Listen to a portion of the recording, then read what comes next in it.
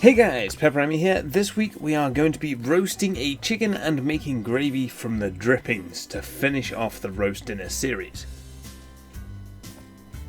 Now, to make the roast chicken, of course you will need one whole chicken, preferably with the giblets removed. Seasoning to taste, this is salt, pepper or any spices that you wish to add. 4 tablespoons of butter and optionally 1 to 2 stalks of celery with the leaves removed. Also, I added some onion and garlic here that I just cut in half and just threw in the pan. This was more to flavour the gravy than to do anything with the chicken. And then to make the gravy we'll need a few tablespoons of flour and 200 ml of water or chicken stock.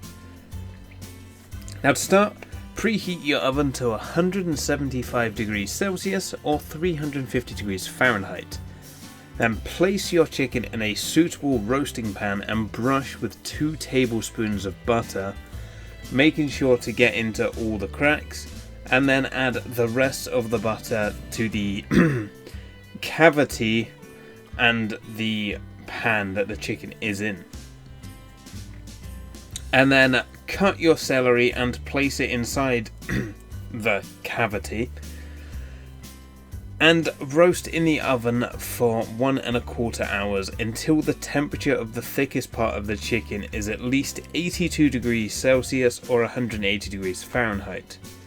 And then baste the chicken with the juices in the pan and cover with foil and let rest for 30 minutes before serving. Once your chicken has rested, remove it from the pan and place all the juices in a saucepan with a tablespoon of flour and water. Or, as I said earlier, you can also use chicken stock. And then mix everything together, making sure to get all of the lumps out of the flour. Now here you can add other flavours as well, just to amp up the flavour of your gravy. This about wraps up the roast dinner series. There are some sides missing, but this is more than enough for a good proper roast dinner. Now next time we are going to be looking at some more sweet Christmas treats. Hopefully even the mince pies. They are coming, I swear. Anyway guys, I hope you are enjoying more videos per week. This is something fun to do, but it's also keeping me on my toes. And I'm looking forward to going back down to 1 video a week. But anyway guys, thanks for watching and I will see you all again next time.